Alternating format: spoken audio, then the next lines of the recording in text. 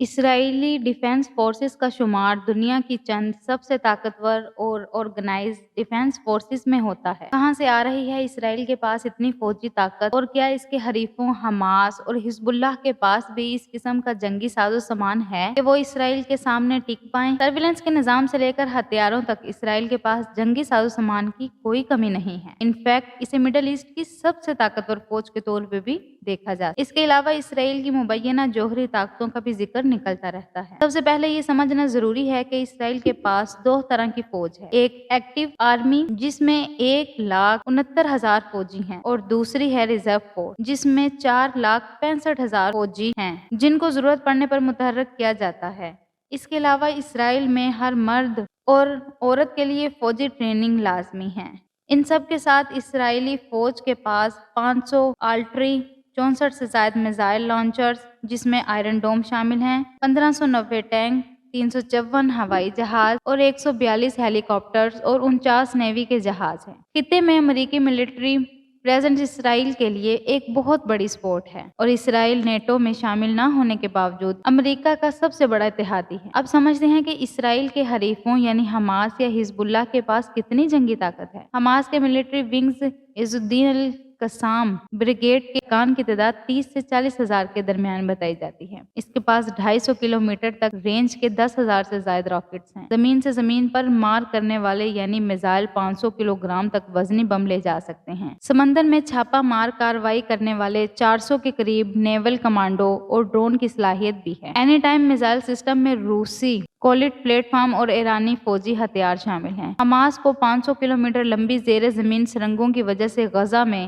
اسرائیلی فوج پر ایڈوانٹیج حاصل ہے۔ غزہ میں دوسری بڑی شدت پسند تنظیم اسلامی جہاد ہے جس کے مسلح ونگز القدس بریگیڈ کے ارکان کی تعداد 1,000 کے قریب ہے اور مختلف رینج کے 8,000 راکٹ سے لیس ہے۔ لبنانی شدت پسند گروہ حزب اللہ کے جنگجوؤں کی تعداد 1,00,000 کے قریب ہے اور اس کے پاس درست نشانے پر لگنے والے راکٹ اور ڈرونز ہیں۔ پچھلے کچھ برسوں میں اسرائیل امریکہ اور جرمنی جیسے ممالک سے بھی ڈھیروں ہتھیار امپورٹ کرتا رہا ہے۔ اس کے علاوہ اسے سالانہ قریب $3.5 بلین سے زیادہ کی فوجی امداد امریکہ سے حاصل ہوتی ہے۔ تو اسرائیل اپنی اتنی فوجی طاقت کا آخر کیا جواز پیش کرتا ہے؟ اسرائیل کا کہنا ہے کہ وہ چاروں طرف سے دشمنوں سے گھرا ہوا ہے۔ اس وقت وہ ایران کو اپنا سب سے بڑا دشمن سمجھتا ہے جو کہ اسرائیل مخالف تنظیموں حزب اللہ اور حماس کی مدد کرتا ہے۔ سن 2006 میں اسرائیل اور جنوبی لبنان میں حزب اللہ کے درمیان باقاعدہ جنگ ہو چکی ہے۔ ایران کے ایٹمی ہتھیار بنانے کی مبینہ کوشش کو بھی اسرائیل اپنے وجود کے لیے خطرہ سمجھتا ہے۔ ماضی میں اسرائیل کی عرب ممالک کے ساتھ بھی جنگیں ہو چکی ہیں۔ سن 1967 میں مصر، اردن اور شام کی مشترکہ طور پر اسرائیل کے ساتھ جنگ ہوئی تھی، لیکن اسرائیل نے نہ صرف یہ جنگ جیت لی بلکہ مزید علاقوں پر قبضہ بھی کر لیا، جن میں غزہ کی پٹی، غرب اردن، بیت المقدس اور گولان ہائٹس وغیرہ شامل ہیں۔ اس طرح اسرائیل نے اپنے سائز میں 4 گنا اضافہ کر لیا۔ اس کے علاوہ 1973 میں مصر اور شام نے اسرائیل پر حملہ کیا۔ یہ جنگ بھی اسرائیل نے امریکہ